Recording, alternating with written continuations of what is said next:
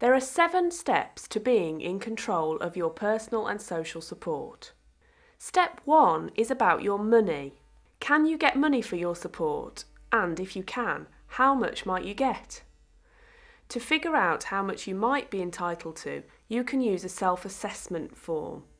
Straight away, you know how much there is to spend on your support and you decide how to spend it.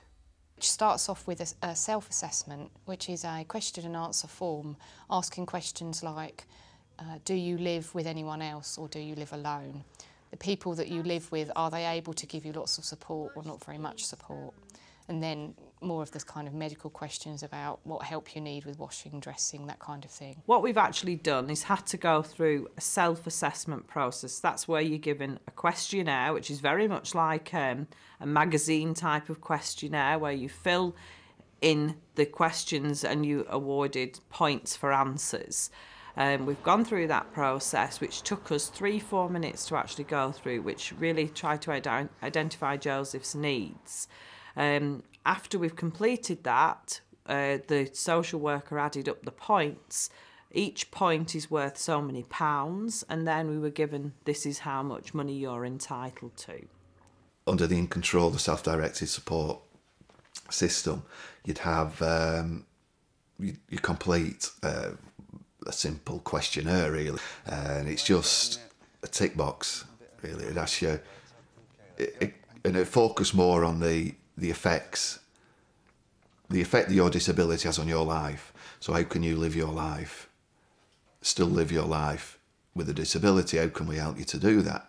Cindy already had a direct payment. In the old system, you could have a direct payment, but it often came with a lot of restrictions. So you could only spend it on certain things. In self-directed support, you can get your individual budget as a direct payment. The difference is that you can spend it now as flexibly as you want. I've got a visual impairment. I'm actually registered as blind. When I was on direct payments, all I knew is I was getting 25 hours a week. I didn't know how much money it was costing or anything else.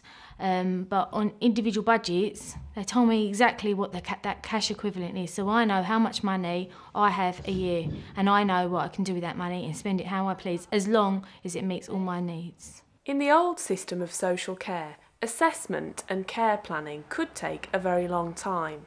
With individual budgets, people should find out quickly how much money they can get for their support. Some mathematical equation was done and that equal to my individual budget, but I knew roughly how much it was going to be. I got an answer quite quickly, so I did my plan around that amount of money. So in our situation, we looked at how much money we're entitled to, and we did have further debate and discussion of whether we believed that that would actually meet Joseph's needs. So you don't have to just take that as the firm bottom line answer. There is a challenging process if you felt that it wasn't appropriate and that you wanted maybe to look at further support monies.